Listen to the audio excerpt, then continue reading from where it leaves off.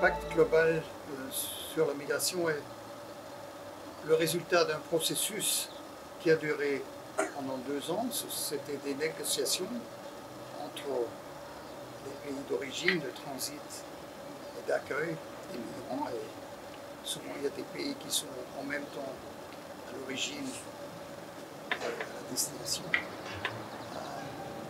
C'est un compromis qui essaye de valoriser la migration, de garantir un minimum de droits humanitaires et sociaux pour les migrants, et aussi de dire qu'il faut faire tout possible pour régler la migration d'une manière légale, visible, transparente. Bien sûr, il y a quelques pays qui sont opposés pour des questions de principe, c'est-à-dire des pays qui ne sont pas en faveur du multilatéralisme, les États-Unis par exemple. Il y a aussi d'autres pays qui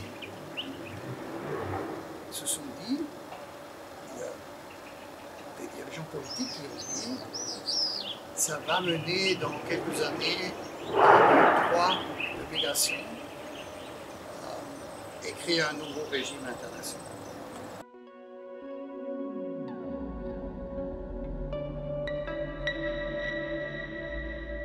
Les pays qui ne sont pas en faveur, et c'est peut-être une dizaine pour le moment, et ce sont tous des pays d'accueil, ou des pays qui ne sont pas touchés par l'immigration en général. Le message est le suivant. On comprend que vous voulez garder votre souveraineté nationale. Ça, c'est aussi un but des autres pays qui sont d'accord à accepter l'accord et de le signer, de notifier leur Parlement du fait que cet accord existe. Alors, la souveraineté, c'est quelque chose que tous les États-nations veulent garder pour eux. Dans la matière de la migration internationale, bien sûr, cette souveraineté est une souveraineté souvent partagée parce qu'elle touche à la souveraineté des pays d'origine, de transit et d'accueil.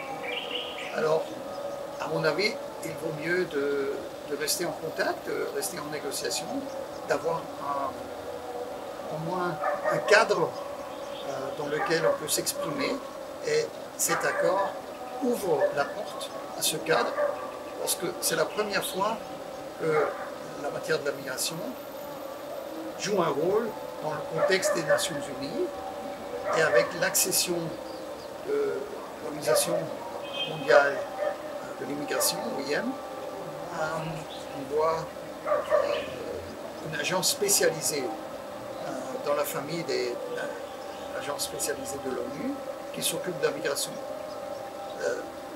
Ça n'existait pas jusqu'à l'an 2017. C'était seulement en 2017 que l'OIM a commencé d'être un membre actif de la famille des agences spécialisées.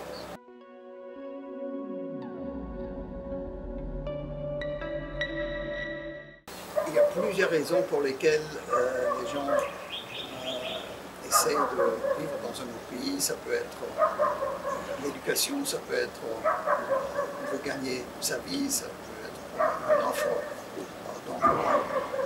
Mais souvent, c'est aussi le développement familial, où ce sont des nouveaux mariages qui sont créés. Alors, il faut un régime qui est flexible, parce que toutes ces formes de migration demandent d'autres solutions. Pour la formation, il faut voir est-ce que les gens peuvent rester après ou retourner dans leur pays d'origine. Comment est-ce qu'on fait reconnaître mutuellement les migrés.